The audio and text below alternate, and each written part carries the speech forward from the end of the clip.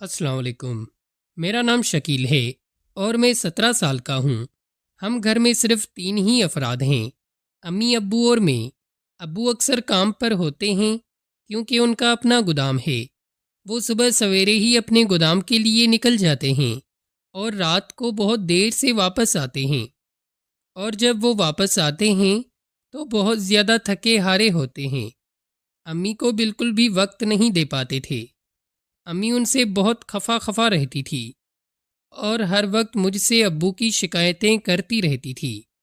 امی پڑھی لکھی تھیں اور بہت زیادہ خوبصورت تھیں، اور ان کی عمر اتنی زیادہ بڑی نہیں تھی، جس وجہ سے امی کے لہجے سے ایسا محسوس ہوتا تھا کہ وہ ابو سے بالکل بھی خوش نہیں ہیں، اور ہمیشہ ابو کی شکایات کرتی رہتی ہیں کہ وہ مجھے وقت نہیں دے پاتا ہے۔ میری زندگی کا سہانا حصہ یوں ہی برباد ہو رہا ہے۔ میرے شوہر کو تو میری کوئی فکر ہی نہیں ہے، وہ مجھے بالکل بھی وقت نہیں دیتا ہے۔ شکیل، تم ہی اپنے ابو کو سمجھایا کرو، میری تو کوئی بات وہ سمجھتے ہی نہیں ہیں۔ رات کو آتے ہی سو جاتے ہیں، میں ساری رات ان کا انتظار کرتی رہتی ہوں۔ عمر کے اس حصے میں مجھے ان کی ضرورت پڑتی ہے۔ امی بہت کھلے الفاظوں میں میرے ساتھ یہ سارا ذکر کرتی رہتی تھیں۔ وہ بالکل بھی یہ نہیں سوچتی تھیں کہ ان کا بیٹا اب جوان ہو چکا ہے۔ ان کی ایسی باتیں سن کر من میں امی کے لیے عجیب خیال آنے لگتے تھے۔ امی کی باتوں سے صاف ظاہر ہوتا تھا کہ امی کو بہت شدید قسم کی بھوک محسوس ہوتی ہے، کیونکہ ان کا وجود بہت ہی زیادہ خوبصورت اور تھا۔ امی کو دیکھ کر میرے دل میں ہلچل مچلنے لگتی تھی۔ میں بہانے سے امی کے قریب آتا تھا۔ امی کو بھی یہ بات اچھی لگتی تھی، مگر امی مجھے کچھ بول نہیں پاتی تھیں۔ میرا ایک دوست تھا جس کا نام تنویر تھا، اور وہ اپنی امی کے ساتھ یہی سب کرتا رہتا تھا۔ اس کے گھر کا بھی یہی مسئلہ تھا۔ وہ بھی اکثر مجھے بتایا کرتا تھا کہ اس کا ابو اکثر شہر سے باہر رہتا ہے، اس وجہ سے وہ اپنی امی کی بھوک پوری کرتا رہتا ہے تاکہ اس کی امی یہاں وہاں نہ چلی جائے، جس سے ان کی بدنامی ہو جائے گی، اور گھر کی بات گھر میں ہی دب جاتی ہے، جس سے تنویر ہی خوش ہو جاتا ہے، اور اس کی ماں بھی اس سے بہت زیادہ خوش ہوتی رہتی ہے۔ تنویر اکثر جب سے اپنی اور اپنی ماں کی باتیں شیئر کرتا تھا تو مجھے بھی خیال آتا تھا کہ میری امی کا بھی یہی مسئلہ ہے، کیوں نہ میں اپنی امی کا یہ مسئلہ دور کر دوں اور ان کی طلب کو میں پورا کر دوں، جس وجہ سے وہ ابو کی شکایات کرنا بند کر دیں۔ لیکن میں نظر آتا تھا اگر امی یا ابو میں سے کسی کو یہ بات پتہ چلی کہ میں کیا سوچتا ہوں تو کہیں وہ مجھ پر وہ ظاہر نہ ہو جائیں۔ میں اس بات سے ڈرتا رہتا تھا اور تنویر سے پوچھتا رہتا تھا کہ مجھے بھی کچھ بتاؤ، میری ماں تو بہت زیادہ خوبصورت ہیں، اور میں بھی اپنی امی کے ساتھ یہی کچھ کرنا چاہتا ہوں۔ تو تنویر اکثر مجھ سے کہتا رہتا تھا کہ تم اپنی امی کو اس بات پر کسی بہانے سے راضی کرو، اور بہانے سے اسے اس طرح کی باتیں بتایا کرو، ہو سکتا ہے وہ تمہاری بات مان جائے۔ مگر امی کو میں جب بھی کوئی ایسی باتیں بتانے کی کوشش کرتا تو امی بات کو فوراً بدل دیا کرتی تھیں، جس وجہ سے میرے سارے کیے کرائے پر پانی پھیل جاتا تھا، اور میں نے تنویر کو گھر بلانا شروع کر دیا تھا۔ ہمارے امتحانات چل رہے تھے۔ تنویر اکثر دیر تک میرے ساتھ پڑھائی کیا کرتا تھا۔ ہم دونوں مل کر امتحانات کی تیاری کرتے رہتے تھے۔ انہی دنوں میری توجہ دوسری باتوں سے بالکل ہٹ چکی تھی، اور مجھ پر پڑھائی کا بہت زیادہ پریشر تھا۔ میں پڑھائی میں اچھے مارکس لانا چاہتا تھا، جس وجہ سے میں بہت محنت سے پڑھائی کر رہا تھا۔ تنویر اب روزانہ اپنی کتابیں لے آتا اور میرے ساتھ میرے کمرے میں بیٹھ کر پڑھتا رہتا۔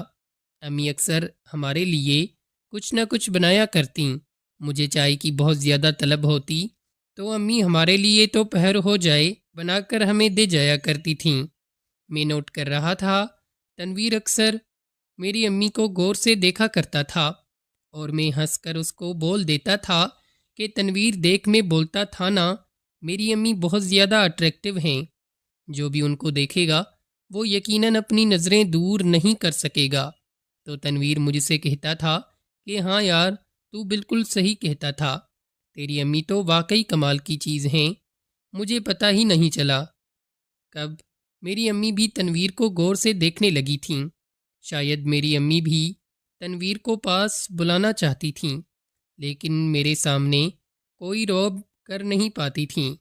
اب اکثر امی کہتیں کہ شکیل دودھ ختم ہو گیا ہے، جاؤ بازار سے لے کر آؤ تو تم لوگوں کے لیے چائے بناؤں۔ ابو اکثر گھر پر نہیں ہوتے تھے۔ تنویر میرے کمرے میں بیٹھ کر پڑھائی کرتا رہتا تھا اور امی کی بات مان کر میں بازار سے دودھ لینے چلا جاتا تھا۔ بازار یہاں سے تھوڑا دور تھا، جس وجہ سے مجھے آدھا گھنٹہ لگ جاتا تھا۔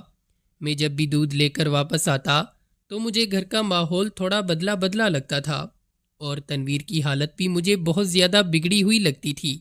ایسا معلوم ہوتا تھا جیسے تنویر کو بہت ہی زیادہ نیند آ رہی ہے۔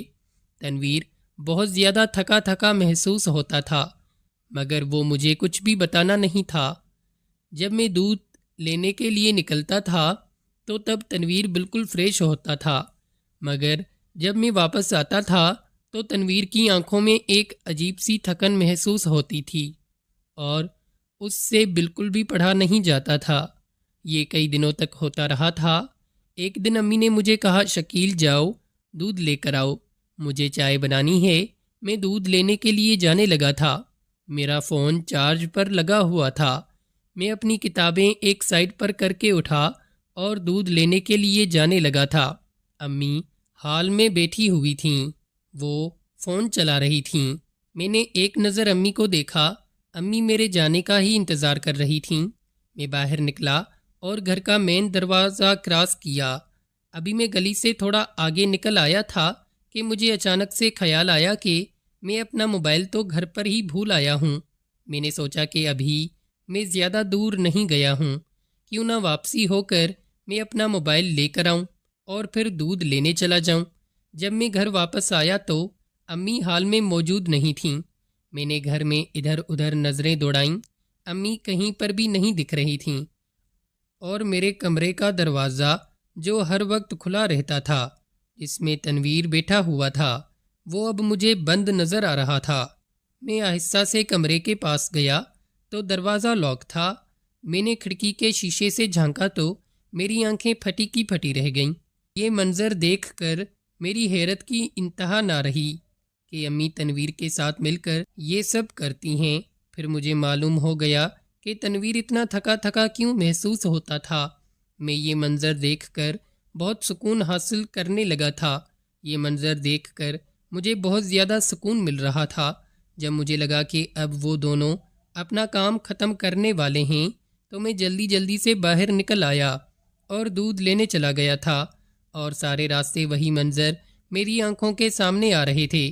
جب میں دودھ لے کر واپس آیا تو معمول کے مطابق تنویر کی آنکھوں میں بہت زیادہ تھکن محسوس ہو رہی تھی، مگر تنویر مجھ سے نظریں نہیں ملا پا رہا تھا۔ امی چائے بنا کر لے آئیں، ہم دونوں نے چائے پی۔ میں مسلسل تنویر کو ہی گہرے جا رہا تھا، جس طرح میرا دوست ہو کر مجھ سے ہی میری ماں کی بات چھپا رہا تھا، یا پھر ماجرا کوئی اور تھا۔ امی نے اسے یہ راز راز ہی رکھنے کو کہا تھا، یا پھر تنویر کو دی مجھ سے یہ بات چھپا رہا تھا تاکہ وہ اکیلے اکیلے ہی امی سے سکون حاصل کیا کرے۔ جب رات ہوئی تو وہی منظر میری آنکھوں کے سامنے کسی فلم کی طرح چل رہا تھا اور مجھے بہت زیادہ سکون محسوس ہو رہا تھا۔ اب میں چاہتا تھا کہ جلد سے جلد تنویر کی جگہ مجھے بھی یہ سکون ملنا چاہیے۔ اگلے دن کہ تنویر ہمارے گھر آیا اور معمول کے مطابق امی نے مجھے پھر سے دودھ لینے کا بولا، جبکہ دودھ گھر میں موجود رہتا تھا۔ امی مجھے بہانے سے باہر بھیجا کرتی تھیں۔ میں نے اس سے دل ٹھان لیا تھا کہ میں ان دونوں کو رنگے ہاتھوں پکڑ لوں گا۔ میری امی جو اکثر ہی میرے ابو سے شکایت ہوا کرتی تھیں، وہ بھی ایک طرح سے بہت مجبور ہو گئی تھیں۔ اس کے پاس بھی دوسرا کوئی راستہ نہیں تھا۔ میں نے خواہ اپنا موبائل وہیں پر چھوڑا اور دودھ لینے چلا گیا۔ کچھ دیر باہر کھڑے رہنے کے بعد جب مجھے محسوس ہوا کہ وہ لوگ اپنا کام شروع کر چکے ہوں گے تو میں فوراً پلٹا۔ اب جب میرے دروازے پر نظر پڑی تو میرا دروازہ کھلا ہوا تھا اور امی مجھے کہیں بھی نظر نہیں آ رہی تھیں۔ میں جلدی جلدی سے کمرے میں گیا تو وہی منظر میرے سامنے تھا۔ ان دونوں کا دھیان بالکل بھی میری طرف نہیں تھا۔ اچانک امی کی نظریں مجھ پر پڑ گئی تھیں۔ تنویر چھت سے اٹھا اور بھاگ نکلا، جبکہ امی اپنے کئی پر بہت شرمندہ تھیں اور میرے سامنے نظریں اٹھانے کی ہمت نہیں کر رہی تھیں۔ میں امی کے پاس گیا اور امی کے آنسو پوچھے اور انہیں سمجھایا کہ امی جان یہ سب بہت غلط ہے۔ امی نے مجھ سے معافی مانگی اور اس کام سے توبہ کر لی اور مجھ سے وعدہ کیا کہ وہ آج کے بعد تنویر یا کسی سے بھی ایسی کوئی بھی حرکت نہیں کریں گی۔ میں نے امی کی بات مان لی اور اس دن کے بعد واقعی امی میں بہت سدھار آ گیا اور میں نے پھر کبھی تنویر اور امی کو ساتھ نہ دیکھا۔ میں بہت خوش تھا اور امی بھی اب بہت خوش رہنے لگیں۔